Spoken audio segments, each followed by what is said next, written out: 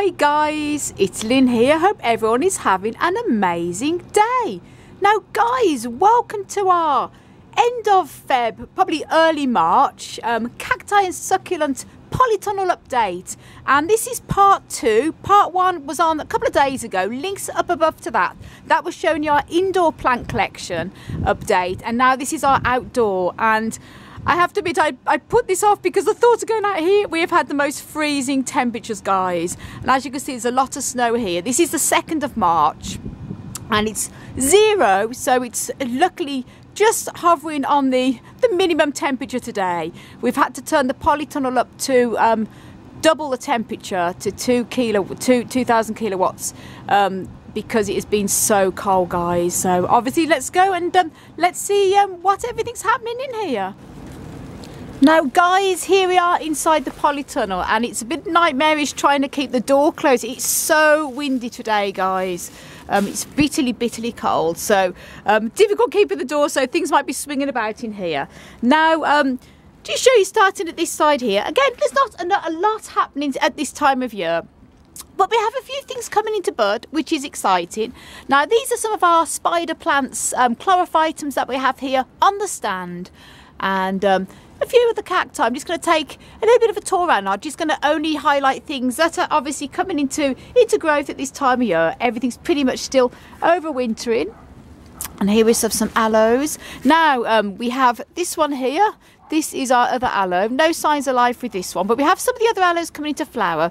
Now we had this one, but it looked like it probably was attacked by a slug. This is one of the aloe variegatas that we had saved from the cuttings, which is wonderful, and it has been flowering, but it started to come into flower and it just sort of died off, and it looks like possibly a slug has probably had it, unfortunately, but it's good to see that it was flowering, and that's the good news with there as well. It's made a full recovery from all the cuttings that we had to take. These are the other aloe aloe seedlings we've got here that are doing remarkable. We grew from seed, and here another aloe. And I'll just take you a little bit slow around. The good news is everything seems to be overwintering, cacti and succulent related, very well in the polytunnel. As I say, it has been bitterly cold winter for Ireland and the UK, which is very unusual. We usually have very mild winters, but they've got through it so far okay. Doesn't seem to be any signs of damage. We've had a couple that have come down with signs of being a little bit with root rot and things like that, but I think that was more down to do with the house move. So this one is obviously going to need to be repotted in the spring. But everything's pretty much overwintering well. And as I say, temperatures have been way below average for this time of year so far. It's been absolutely freezing, but good to see things are coming into growth slowly. There's a little flower bud forming on this one here. This is one of our clyster cacti. Clyster cactus, it has sort of fell over a little bit, so just move that a little bit there, as long as it can rest on there, as long as the spine isn't going into it. Oops, sorry, just move this there so it's not going to yeah, this time of year, because the plants are all very dry in their pots, they tend to be a little bit top heavy, so this is the only problem we have, which is good, they're all dry. And just give it a little bit of a scooty round. As I say, we're going to be moving a lot of these around, re-displaying them all in the spring. We just can't wait for spring, guys. We've got a lot of repotting to do and things like that. But this is just, this time of year, just making sure everything gets through the winter the best it can. As I say, it's very nearly spring, a couple of weeks away now, and then thank goodness, hopefully the weather should start warming up. These are our Acateos that Keith Groovyman 1968 gave us here. And as you can see, no signs of life. Some new leaf forming on here, but we're keeping them completely bone dry, obviously this time of year. And start watering them again when the weather gets better. And scooty round here. These are the Apuntia, the ones we grew for the humifusers, and a couple of people said that they have some and they go shrivelly. That's normal. It's normal in the winter, and it is actually good they do that because it protects them against the cold. So that's a good sign there. And a few more of our little young ones we've got here growing on, all doing very well. And this one, by the way, it's weird, I'm not sure what's happening. It's been like this for absolutely years. At first I thought it was spider mite, but it could be some type of mineral deficiency. I'm not quite sure. We repotted it. It has a great root system. It grows, but it's just quite bad looking. But hopefully it will eventually make some type of recovery. This one here doing very well, and oh, that's poked through the bubble wrap on there. This is our Testudinaria elephantypes, and that has been flourishing all through the winter. Look at that, all the lovely growth on that. I was going to say, you see that wind, guys? The bubble wrap has been fantastic in here. Now, these are a selection of some Trichocereus, all overwintering at the back of the polytunnel here. All different sizes. This very big tall one here is Hans's massive Trichocereus that he grew from seed 42 years ago. Oh my gosh, look at that, guys. This is Gale's here, and our biggest fear at the moment when the weather is so bitterly cold and minus temperatures outside is that if we had a power cut, we have this heater in here, we would be absolutely stuck. We'd lose all our plants. So we want to be a lot more prepared this time. Well, definitely before the winter, not this time next year. As soon as winter kicks in, we overwinter the plants again. For this year, we're going to make sure we have a backup heater. Should ever we have a power cut or the heater packed up, we have got a non-electric heater we can just put in here. So it's backup if the heater packed up, and that's our biggest fear. Yep, so there's not a lot really happening around here with all of the Trichocereus and the punches. This Trichocereus is not looking good. That's a scopicola. As you can see, it's clearly got signs possibly of some type of coal damage. Now, I don't know why, because they take very minus temperatures and they're all kept bone dry in the soil, but I'm not quite sure what's going on with that. But that may have to be cut back, obviously, and treated as a cutting. Cut the top of it off.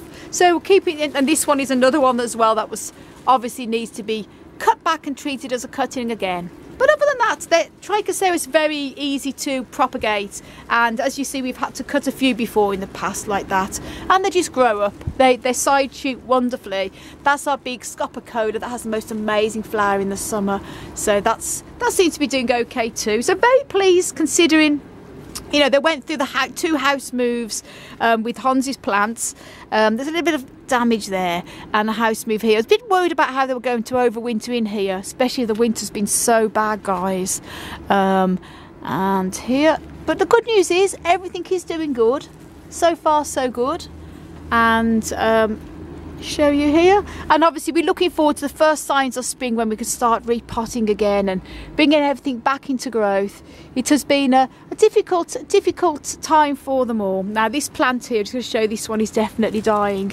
This is one of my gymnocalciums, and it was going a little bit funny the past few months, and I just sort of hope it was going to be okay. As you can see, that has got black spots and obviously signs of rot, so this has not come through the winter that well. And I'll do a separate video on this and see what's going on with it, but doesn't look good anyway. But that's one casualty so far out of many loads that are doing well, so we can't complain. And I'm going to show you what we have coming into bud here. Now, we have a few of the the aloes here. There's another aloe there coming into flower. See, that's a lovely flower there, which is wonderful. So that's going to be exciting to see.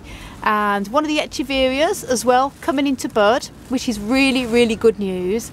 So that's fantastic. And to show you then, we have here the aloe variegata in beautiful flower. Isn't that gorgeous, guys? So that is really good to see. Again, one of the cuttings. This is the main mother plant that we managed to save from the top of the plant, which is really good to see that we have the bud on there as well. And I'll just show you that temperature. It's actually on 52 because we've had to turn the heater up too high. Now, when I go out, I'm going to switch it back to 1 kilowatt, so it's just turning it up so it's more bearable in here because it has been so cold.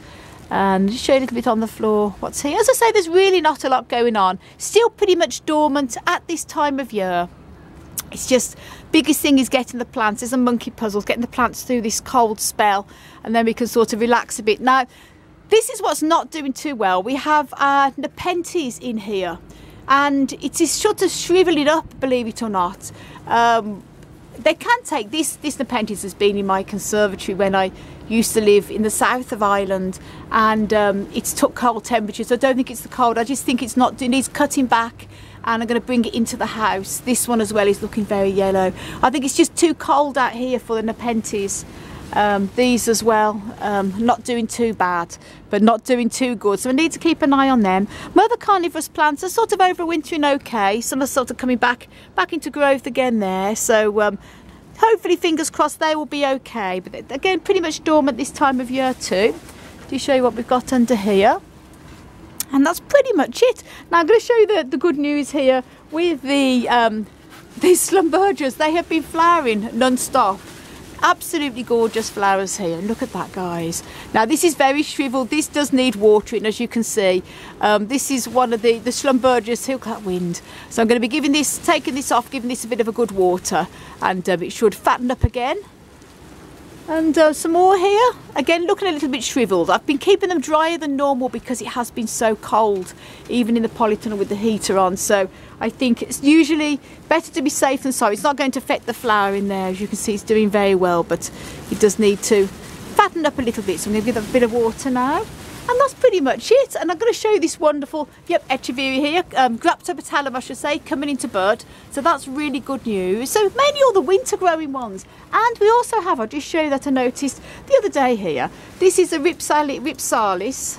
And this is coming into flower as well. Little tiny white buds on there. So that's going to be pretty little flowers.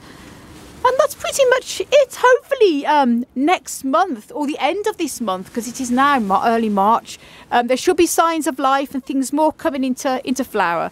It's just been so cold. I think it's knocked a lot of the plants back, and the days are getting longer now, so it's good. And this has been flowering for 2 months, guys. This is my Schlumberger truncata, and it's remarkable. It really has been flowering non-stop for so long, so it's so wonderful to see. And I'm just sort of dying down now after 2-3 months of flowers, so it's really can't complain. So it's good to see. Always see a bit of nice winter flowers. And as I say, hopefully the next update video we will see a lot more coming into flower and buds, especially with the cacti. Look at that, isn't that beautiful, guys? Look how many flowers are on that. It's absolutely spectacular, and loads of buds on the orange one as well. Absolutely beautiful. So watch out for a future video when this plant is all in flower. It's going to be remarkable, guys. So guys, I want to send you loads of love, heaps of happiness, and tons of plant power. As always, from Ireland. Until the next video, guys, wrap up warm. Bye.